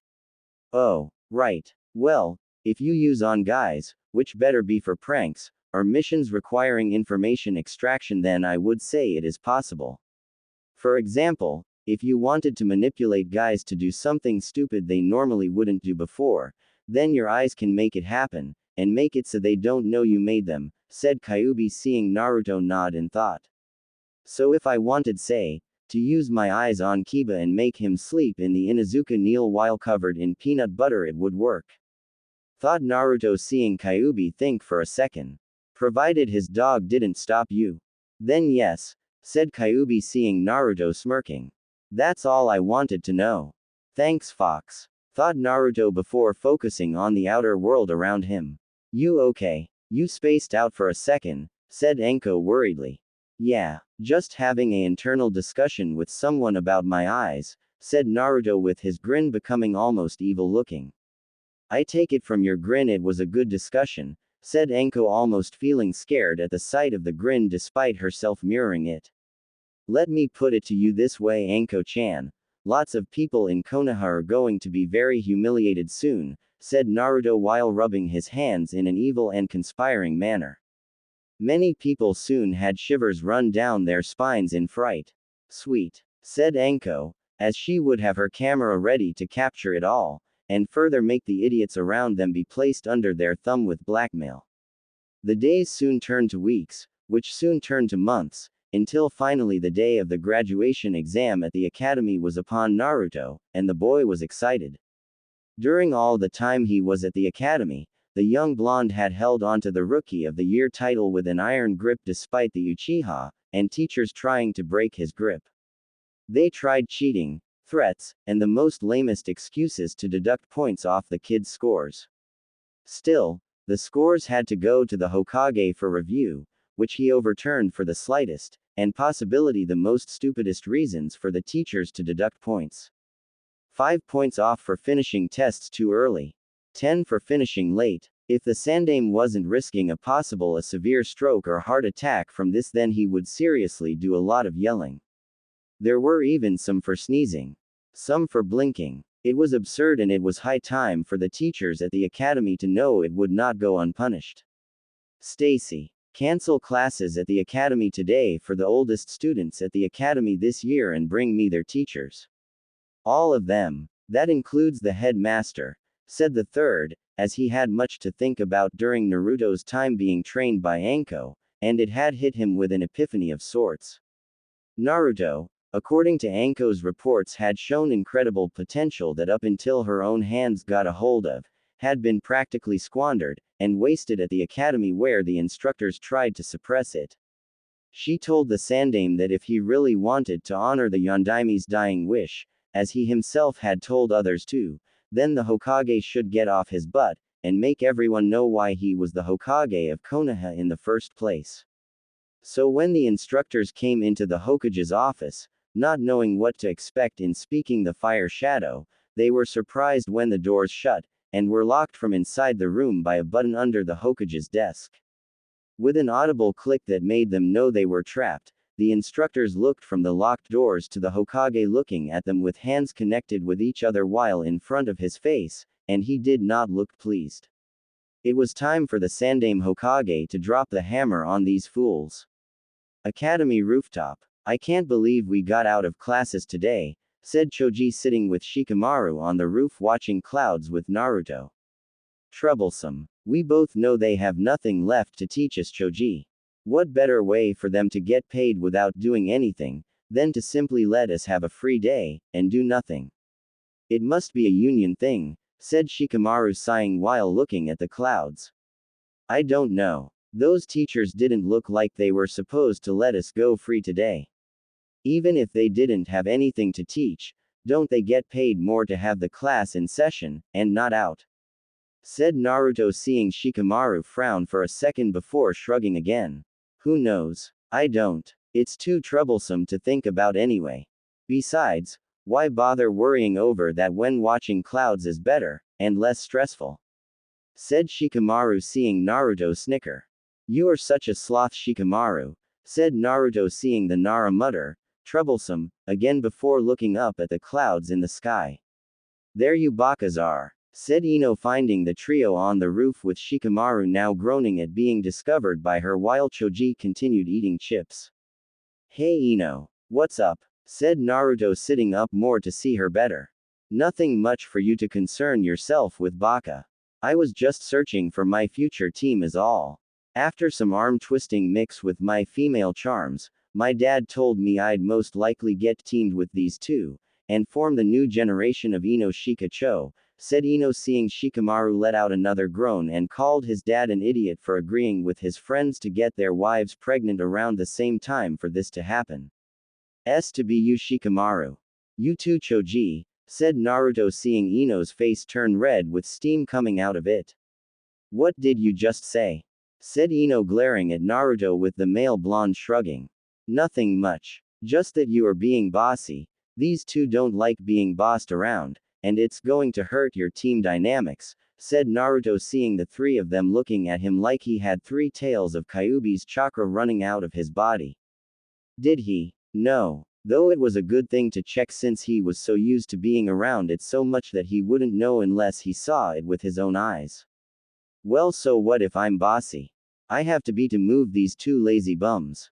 One sits there just eating and the other sleeps with his eyes open. Literally. Out of all 3 of us, one has to be awake, and keep them in line, said Ino, not wanting to admit that maybe, just maybe, Naruto had a small point, and that she needed to be nicer. If only slightly. I see. Hey guys, give us a minute, and leave us to talk. I think we fellow blondes need to talk in private so she can think clearly, said Naruto, seeing Choji, Shikamaru, and Ino looking at him in surprise.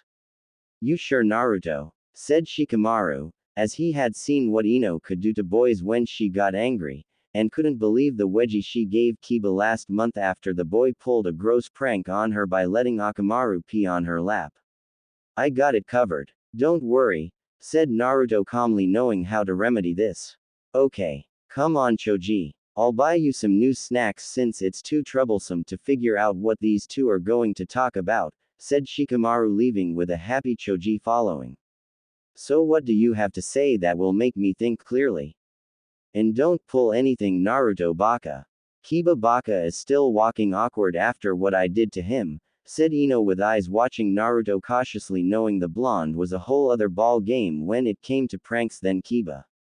People were still talking about the prank on Mizuki somehow getting his head shaved with the words, secretly in the closet, tattooed on his forehead without anyone knowing how Naruto did it. I won't. I just have two simple words that will open your eyes and make you think like a proper shinobi should, said Naruto, grinning slightly, and Ino's eyes were now more alert than ever. 2 words, huh? What 2 words could possibly work on me? Said Ino, while a part of her mind was telling her not to look at him, but she ignored it due to curiosity, and was shocked when Naruto's eyes changed purplish with that sparkled look to them. Submission, said Naruto, seeing the glazed look in Ino's eyes, and knew he had her. Moving ahead of schedule, are we? Said Kyuubi, knowing the girl was not ready to be claimed by Naruto. Just pushing her in the right direction to get stronger before we do anything, Kyuubi. She's not like Sakura, but if we don't do anything, Ino will be skinny, weak, and most likely be killed, if not worse, by enemy shinobi, thought Naruto, seeing the fox nod in agreement. Point taken. Do your thing, but hurry so no one knows what you're doing, and getting caught, said Kyuubi, knowing that doing this in public was indeed a big risk. Ino-chan, can you hear me? If you can, call me Naruto-kun, and nod your head, said Naruto, not wanting her to unknowingly call him Naruto Baka during this hypnotic programming. Yes, Naruto-kun, said Ino before nodding. Good. Now, Ino-chan, I want you to listen carefully, because what I say is extremely important, and involves your life in being a shinobi, said Naruto, seeing Ino nod again. Yes, Naruto-kun, said Ino, while looking like she would hear anything he told her. Excellent. Now, Ino-chan, being a shinobi takes a lot of hard work and skill to become famous like your parents. What you also need is trust in your teammates, which is what made your parents work so well together, and so famous in their own right.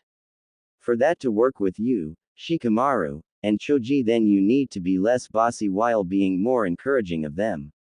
Push them, but in a nice way, and only be fierce when it's required. If you act bossy around them all the time, then they might resent you, and kami forbid they perform some form of coup in the team dynamics. You don't want that, do you? Said Naruto, seeing Ino shake her head with a worried look on her face.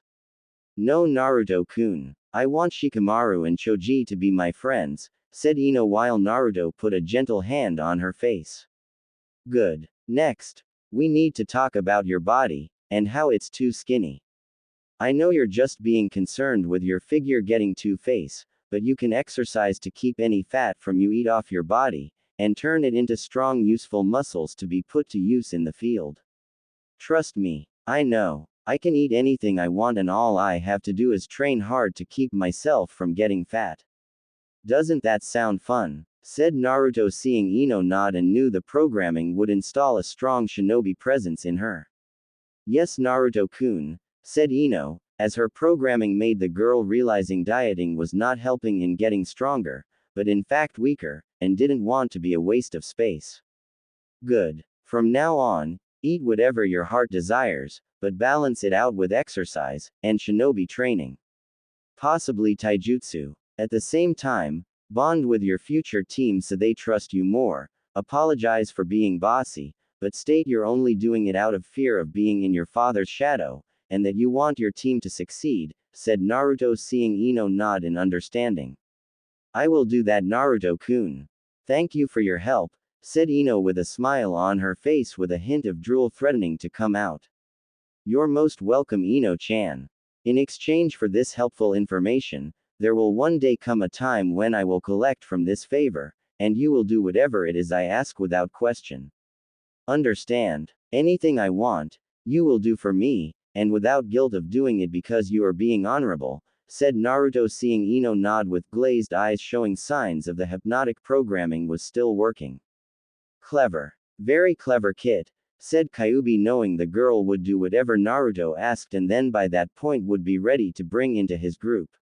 When I deactivate my bloodline, you will remember everything we spoke about, and yet won't tell anyone about my bloodline because it's a secret that needs to stay a secret for now, said Naruto, seeing Ino nod dumbly, and deactivated his bloodline to bring the girl out of his hypnotic gaze.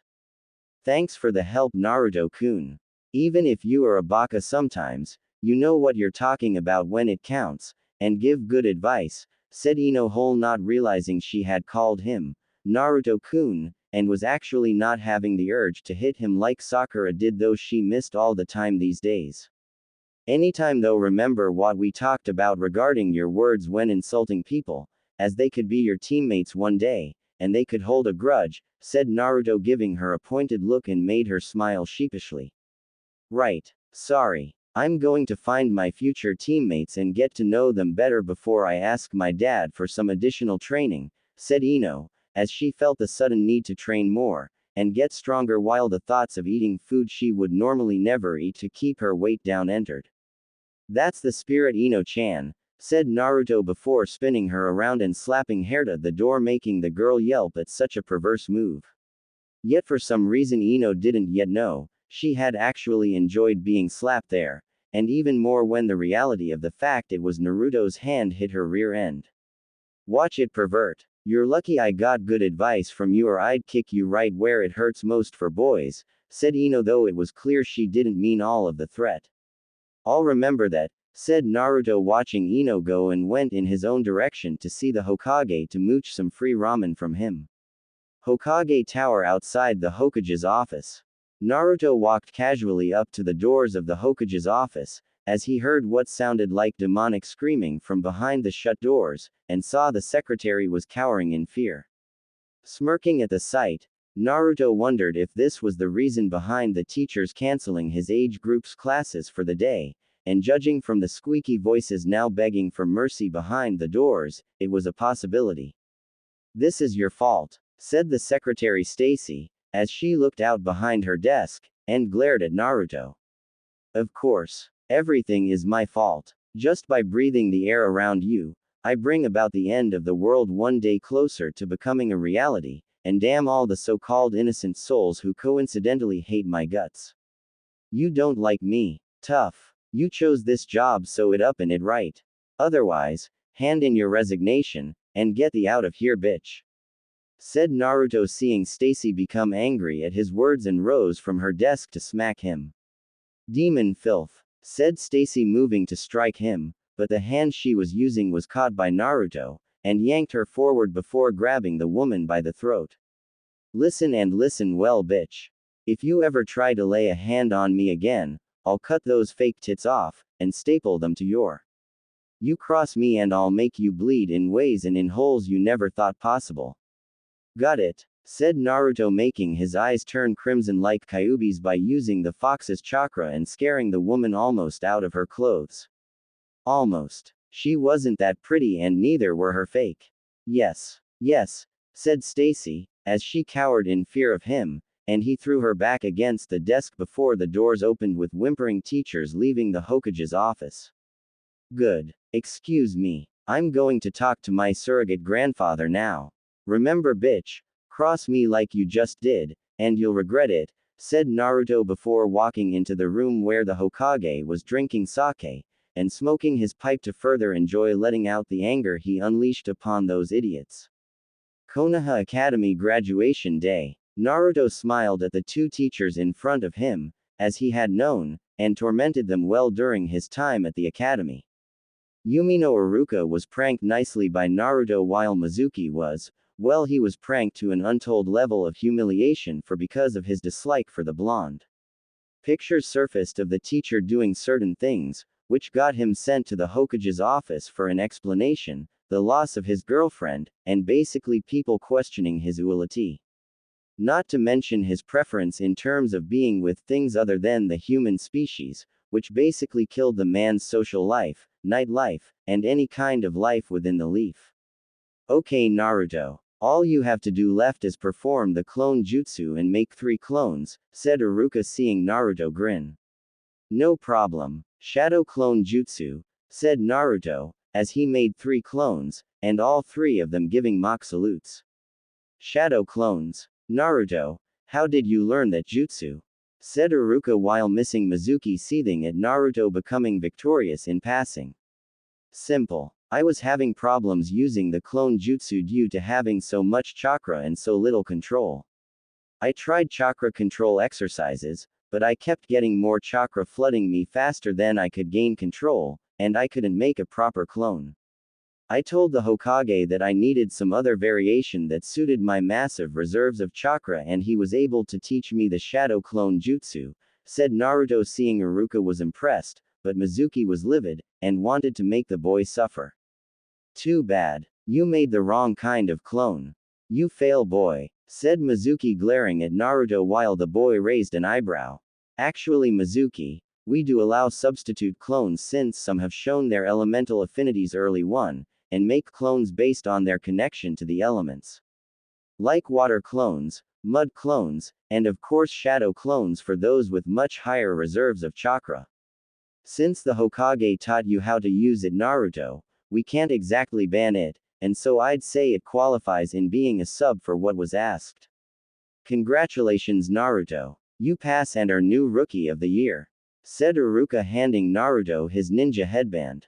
Wait. Stop this nonsense. We both know that boy shouldn't have passed much less been Rookie of the Year. I will not acknowledge him passing the exam. Hand back your ninja headband right now, said Mizuki seeing Naruto give him the finger and the Chunin leapt over the desk to take it from him. Mizuki would have too if not for Naruto stopping him by using the taijutsu skills he had learned from Anko and put the man's head through the very desk he leapt over. A broken arm, fractured leg, and kunai up the later the secret spy of Orochimaru was carted away to be healed until Ibiki along with Anko could get a crack at him for information. Well, aside from that, you pass Naruto, and I welcome you into the shinobi lifestyle, said Iruka shaking the boy's hand and Naruto returned. And shocked Iruka's hand and body with an electrical buzzer. Got to be careful Iruka-sensei. Never know when I'll strike in terms of a prank, said Naruto before releasing Iruka and leapt out the window with burnt-looking Chunin to wonder what in Kami's name had he unleashed. Forest of Death Central Tower. Yeah, it's party time, said Anko, as she drank some sake, and was excited that her student had dominated everyone in his class. It was like giving the finger to every arrogant bastard in Konoha, who had ever tried to screw them over, and it got even better when she tore Mizuki anew. Literally, she had him use the kunai Naruto put in Hi sand actually dug a hole deep into it before making a sharp turn into the backstabber's colon. Now Mizuki could crap out of 2 holes, which was beneficial for the traitor since he no longer had control of his bowels, and was making quite a mess at random intervals. It's always party time with you Anko-chan, said Naruto seeing the woman sitting across from him eating and drinking happily in a bit of a sloppy manner. Hey, that's not nice. And after all the training I put into making you number 1 too, said Anko in a mock pout while Naruto just laughed at her face since it was so cute on the usually crazy blood licking off the face of people special Junin. If I recall correctly Anko-chan, you only taught me how to be a shinobi. Not manners. If anything, you encourage my behavior, and went along with it, said Naruto seeing Anko looking sheepish before snapping her fingers and pouting again. Damn, I knew I forgot something. Oh well, said Anko smiling again before eating and drinking food around her. Has anyone ever told you that your table manners while rude make you look incredibly why? Said Naruto, as he smirked while eating some food calmly, and saw Anko wink at him before flashing a little bit more of her S behind the trench coat despite the fish net covering the nipples.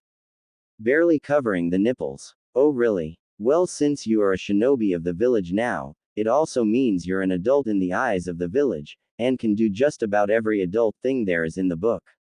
For instance, you can drink sake, gamble at casinos, and you can also a certain special Junin all night long until she's too sore to think straight, said Anko grinning at Naruto, as he grinned back, and glanced at the door leading to the bedroom.